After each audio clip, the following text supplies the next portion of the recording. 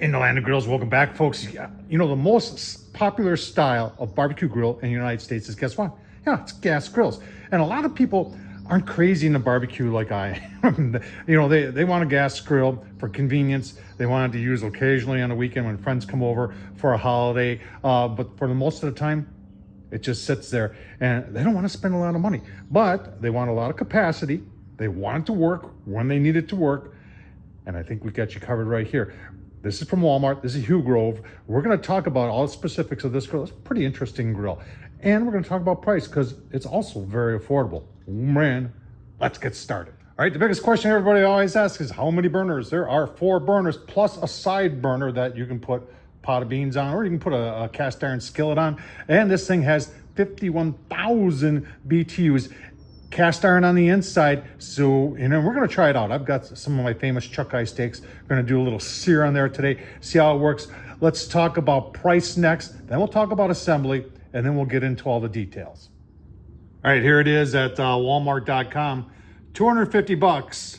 4 burners, that's the 40,000 BTUs, and then the side burner, that guy right there, is 11,000. A lot of porcelain colored enamel. We've got stainless steel burners on there, like I said, cast iron grates.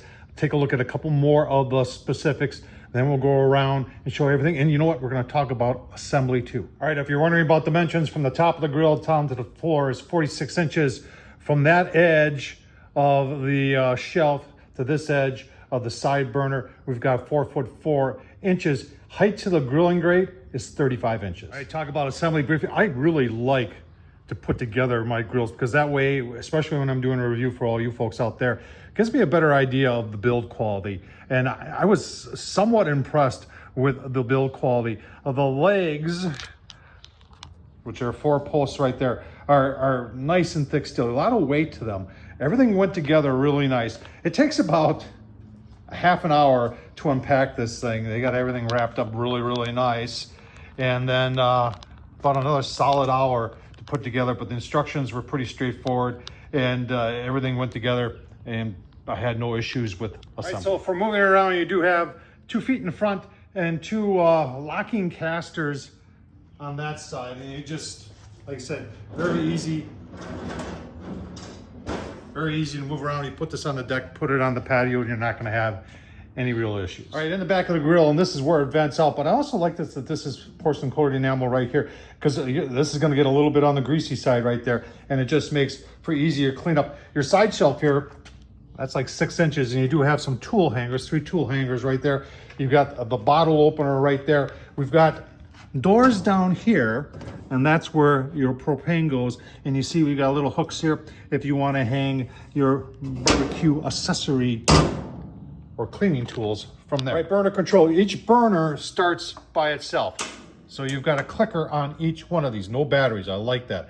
And the same thing for the side burner. Remember, this is each one of these is 10,000 BTUs, and then that is 11,000. Nice lead temp there. It does go up to 800 degrees. Cool touch handle here, so you're not burning yourselves. The lid is 2-layered, and that helps to hold the heat down so the outside doesn't get real hot. All right, on the inside, you got about 610 square inches, and these are cast iron grates. It's 24 this way by 17.5 back to front, front to back. You do have a nice warming rack here. I like that. That's also about 24, about 23.5, and it is 7 inches in width, and that is removable. Very nice. It looks like you probably could put a rotisserie here. It's got all the holes and everything for a rotisserie. All right, 2 cast iron grates. I really like cast iron on any grill, and you can use these either way. If you want to get thicker marks, sear lines, you could definitely use it. You could definitely use it just like that. So on the inside, you got 4 stainless steel flavorizer bars. These are removable, so if you want to wash them and that, but this is this helps to protect the burner because that's your stainless steel burner right there. But it also deflects and allows, you know, when it's hot and there's juices dropping down, gives some nice smoke going up, but also directs all the grease down into the grease tray. All right, here's 4 of your burners. Let's just see if we can get one started here for you. Yeah, you can see that. Nicely lit. It's high, and 3 flames is high, 2 is medium, 1 is low. Demonstrate that. And there is a positive indent there on the control for low and for high and then for off. One of the things I always look at on the inside of any grill is grease management. First of all, everything's porcelain coated enamel on the inside that makes cleanup easier, but there's a lot of vertical surfaces here, so not a whole lot of places for grease to get trapped. This is angled and goes down to your grease tray, which then goes down into there, which is another removable grease tray. I would, and I do like the way this one's designed. It's almost like rolled edges, and it's nice and thick and heavy duty, and that's one of the things I noticed when I was putting it together.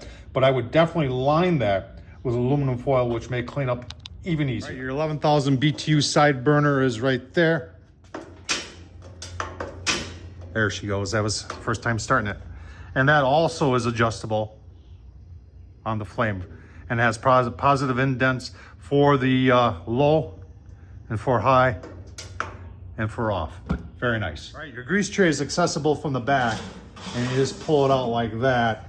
And then it's got the other one that is removable down below. But like I said, this I would highly recommend wrapping in aluminum foil. I got her fired up, all 4 burners on high. I got 2 of my pucks in there. Just gonna do a burn-in and give you a look-see here in about 10-15 minutes. All right, it's been about 10 minutes. Lid temp is approaching 500 to see how the pucks are doing. Pucks are reading though, show you, 550, 550.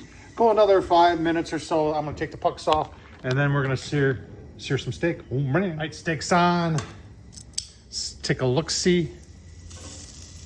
Oh yeah, look at that. Get some nice sear lines on there. We did about 2 minutes and a quarter turn, 2 minutes. We'll do the same thing on the other side. Give you. All right, it's been about another 3 minutes. We did turn it a quarter turn. Let's see how our steak's doing here. Oh man. Are you getting hungry? Yeah, I'm getting hungry too. Give you a look, see the final product. Look at that steak. That is perfect. Let's take a taste test. Yeah, nicely done.